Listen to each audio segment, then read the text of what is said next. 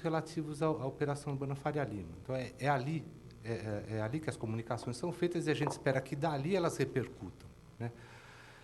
Então, enfim, toda a iniciativa de enviar para a Câmara o projeto de lei aumentando o número de CEPACs foi informado ao grupo de gestão, né? Sim, mas há informação. Quer dizer, eu digo isso, Lucila, pelo seguinte: você disse que ninguém foi informado. Sim, foi informado, né? Quer dizer, existe uma informação. Então, esse assunto foi tratado na reunião do grupo de gestão, ou seja, não há um segredo sobre isso, há uma informação que foi dada. Tá? Era isso só que eu queria comentar. E pedir para que deixe o microfone aqui para que a Lucila possa...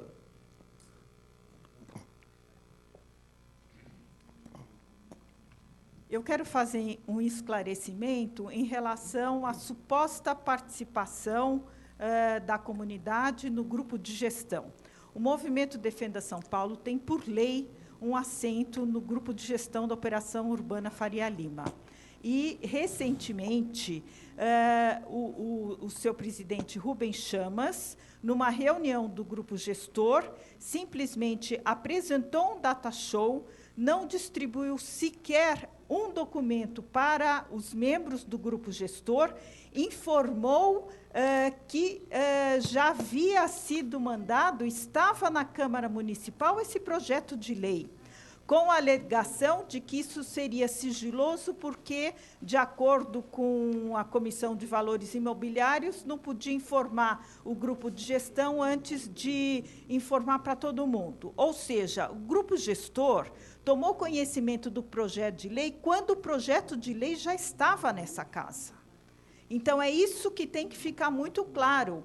Mesmo em tese, o grupo gestor não discutiu se a operação está indo bem, se está indo mal, inclusive, não lhes foram apresentados dados para análise da situação real, inclusive financeira, do que se pretende fazer e do que já está feito.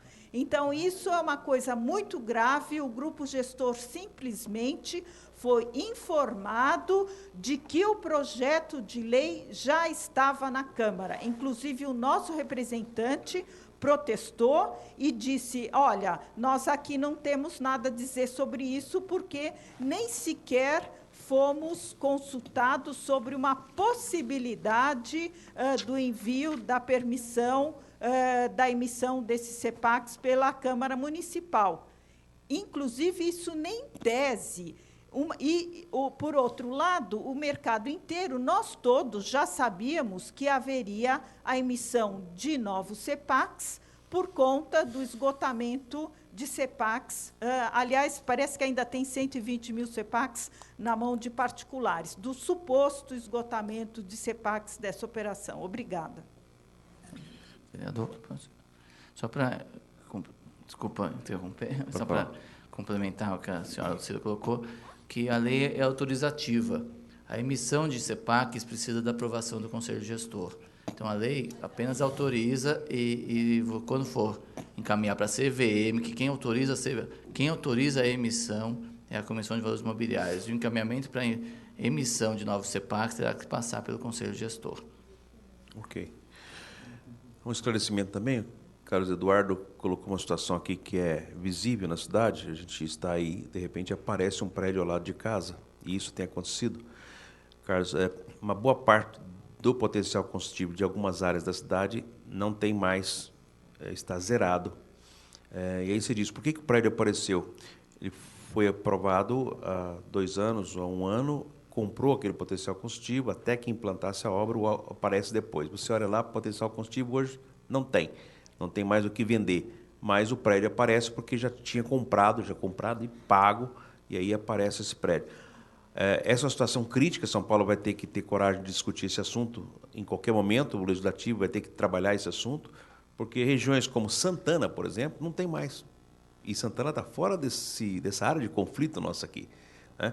Bairros como Moca também, tem bairros já começando a ser distante do centro da cidade sem condição de estoque, né? E a nossa ideia é de que houvesse a verticalização em outras regiões. E outras regiões também estão esgotando esse estoque. Itaquera, vai diminuindo a cada momento. Então, esse é um assunto que nós vamos ter que tratar e vamos ter que discutir. Não vai demorar muito, porque as regiões como Cambuci está fechada há muito tempo. Áreas, não pode construir praticamente mais nada, excetuando a situação que foi prevista em lei de hospitais protocolados até 2009. Enfim, nós não temos mais estoque em algumas áreas, mas alguns prédios ainda estão com essas outorgas adquiridas e para ser implantados. É por isso que aparecem esses prédios muitas vezes ao lado da casa da gente, e a gente fica indignado realmente, vai checar e estava correto. Vou passar a palavra para que o vereador Paulis Neto, presidente da casa, faça uso da palavra e faça o encerramento dos trabalhos de hoje. Primeiramente, agradecer a contribuição daqueles que vieram à audiência pública. Acho que uma questão fundamental é realizar a polêmica. Eu acho que há informações que ainda podem ser remetidas pelo Executivo. Algumas foram encaminhadas no curso do processo legislativo até agora, em função de requerimento de informações levantado pelos parlamentares. Quanto à informação do projeto estar disponível na internet, o projeto está disponível na internet desde o dia 26/8/2011. A única coisa que a gente checou, e eu acabei de pedir para a equipe técnica verificar, é o link da matéria que não dá acesso ao projeto. Mas se você for na consulta de projetos, o projeto está lá desde o dia 26/11 e teve mais de 400 visitas. Então, a gente está verificando por que o link da matéria não dá acesso ao projeto, mas o projeto está desde o dia 26/8 disponível a todos aqueles que entram na nossa internet. Mais do que isso, um volume de informações acessórias foi enviado, o que motivou, inclusive, esta audiência pública, informações importantes que foram trazidas da questão do consumo do estoque nesse período. Então, projeto por projeto, autorizado, certificado, o volume de área adicional residencial ou não residencial adquirido e a CEPAC adicional utilizada. Então, este foi informações que as próprias comissões foram solicitando e também uma informação bastante detalhada do volume de investimento feito até agora e o volume de investimento que pretende ser feito, inclusive aquele atinente à LAP e as intervenções que nascem da licença ambiental que foi apresentada lá no início da operação entre 94 e 95. Acho que tem... E também os recursos que vêm sendo investidos nas intervenções do consórcio que realiza a obra do HS no Real Parque. Acho que tem uma questão importante a ser debatida e que a Câmara se debruça nesse momento, como o acompanhamento das operações urbanas, que tem caixa exclusivo para a realização de intervenções no território, pode pactuar com o desejo da comunidade que está e aquela que virá a pertencer a um território delimitado numa operação urbana. Talvez o grande conflito que a gente vai atravessar ainda é reconhecer que a operação urbana ela é um instrumento capitalista e ela assim nasce no Estatuto da cidade. Então, você está oferecendo ao mercado, sim, uma oportunidade em cima de um projeto público. E essa questão tem que ser enfrentada como ela é. Senão, nós precisamos enfrentar o que é a operação urbana e desistir dela se a sociedade assim não reconhecer os avanços que, entendo um bom projeto urbanístico, a presença do capital é voluntariosa se o poder público souber ter comando sobre esse recurso que ingressa e realiza aquelas intervenções projetadas na própria lei. As 3 intervenções aqui anunciadas, em especial aquelas que apontam para soluções sociais, que notadamente em todas as operações urbanas tem sido o final das operações, e isso é ruim, porque todos aqueles observam o território e veem que verdadeiramente o território se transforma, mas se transforma para a área mais nobre. E quando você vai observar a capacidade que o setor público tem tido de fazer com que a operação urbana também tenha um olhar social, ela é diminuta. Essa é uma questão a ser enfrentada por todos nós. Quando o município anuncia que tem 10% da operação urbana para HIS e a leitura é que isso é pouco, o esforço que tem que ser feito é o esforço de não só ter mais do 10%, mas ter projetos para esses 10%. Até para você não ter um esvaziamento daquilo que é o HIS em regiões em que você ainda não conseguiu dar um contorno multissocial para a sua ocupação. A prova disso é uma ação promovida por alguns moradores que não quer o HIS próximo das suas casas. Então, não vamos aqui imaginar que o conflito só acontece dentro do plenário nos debates que aqui acontecem, mas também acontece na própria sociedade.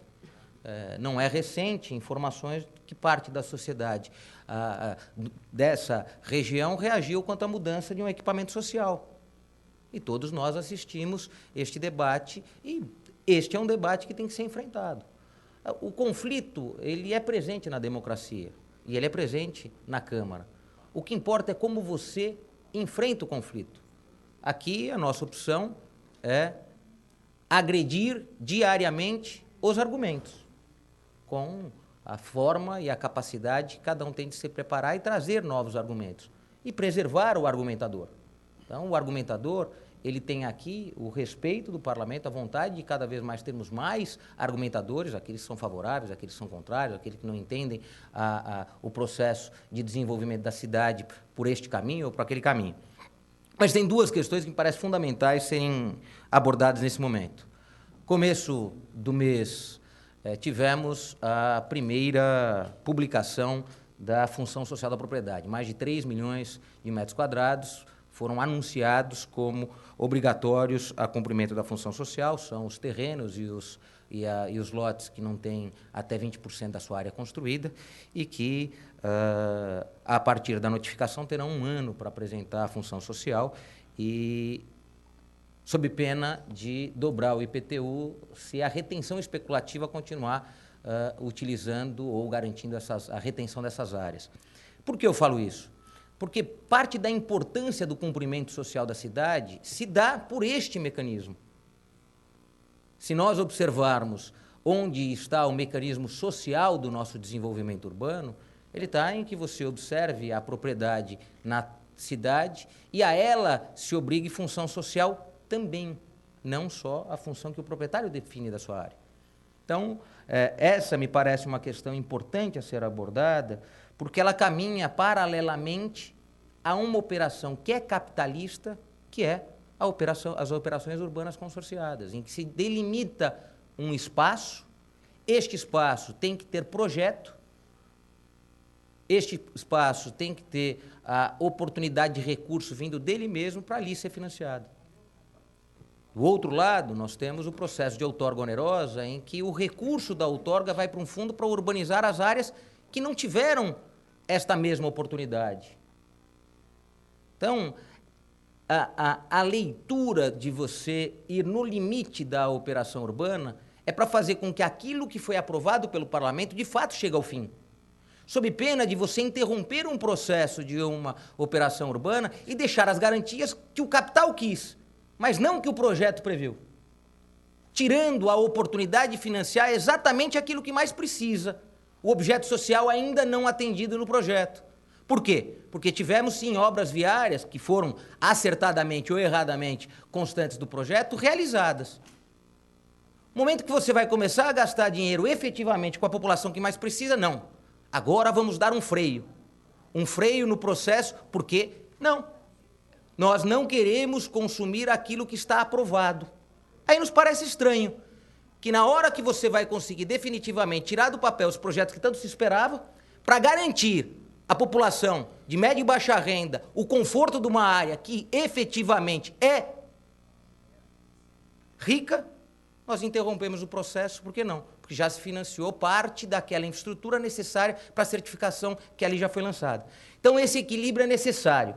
E o debate é mais importante ainda, até para se reconhecer se estas intervenções ambientais, que ainda têm que ser feitas, porque no relatório se aponta que as exigências da LAP não foram cumpridas, e, portanto, parte desse dinheiro vem, inclusive, para cumprir as funções ambientais que não foram cumpridas até o momento. Então, nós temos questões ambientais a serem cumpridas, questões de transportes a serem cumpridas e questões sociais a serem cumpridas. E nós já tivemos a valorização do metro quadrado daquela área para aqueles que lá já moravam ou para aqueles que lá foram morar. Então, quando você inicia as intervenções que mais importam ao funcionamento da cidade e que você verifica que você, de fato, não precisa aumentar a capacidade de metros quadrados a serem construídos, mas você tem que lançar as certificações necessárias para que se gere o recurso, para você fazer cumprir aquilo que a própria lei já estabeleceu, você tem que iniciar esse debate de estão certos os projetos lá lançados? Porque aí me parece que é esta a discussão que a sociedade nos solicita. Então, nós vamos mudar, porque aqui o que o Executivo solicitou não é mudar o projeto e a lei aprovada, e sim é dar cumprimento àquilo que aprovado já está. Em especial, estas intervenções que não foram cumpridas. E onde elas estão? Favela Coliseu. Onde que elas estão? Favela Panorama. Onde elas estão? Finalização da favela Real Parque. O que a gente precisa decidir é se, de fato, a gente vai dar cumprimento à operação urbana para cumprir a parte social que a operação urbana se apresentou. Sob pena da gente realizar a operação urbana, espancando de toda aquela região as intervenções sociais que não serão cumpridas se a operação urbana não chegar ao fim. Então, a decisão é, vamos interromper a operação urbana e não atender as intervenções sociais que são necessárias? Então, este aprofundamento eu acho que a Câmara está absolutamente disposta a fazer. Mas lembrando que a operação urbana, ela existe em uma modalidade desde o começo da década de 90, pelo menos primeira metade da década de 90, ela teve uma alteração, duas alterações, uma no final de 93 e uma no final de 2003 e uma no ano de 2004, e essa discussão há que ser feita, sob pena da gente não interpretar e não entender o que de fato está sendo autorizado e para quê. Porque se há aqui uma autorização para emissão de certificação e que isso não aumenta o que lá pode ser construído, porque já está aprovado, o que se busca é o financiamento para as intervenções que ainda não foram realizadas. E este financiamento virá, sim, do mercado capital, daqueles que comprarem as certificações.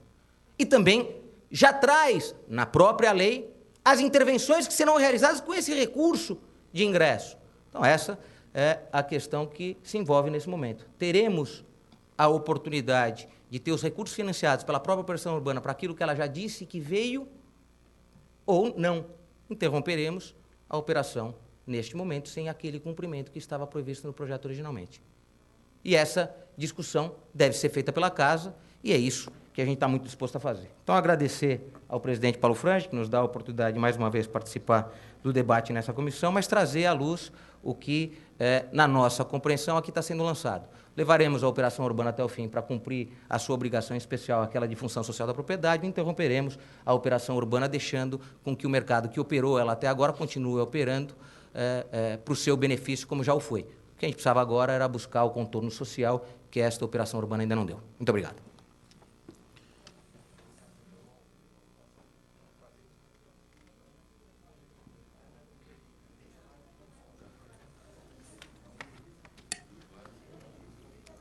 Ok, nada mais havendo a tratar. Estão encerrados os trabalhos da Comissão de Política Urbana Metropolitana e Meio Ambiente, agradecendo a todos os senhores presentes, em especial à sociedade civil, aos nossos representantes do Executivo e aos vereadores que estiveram conosco nessa tarde. Tenham todos uma boa tarde.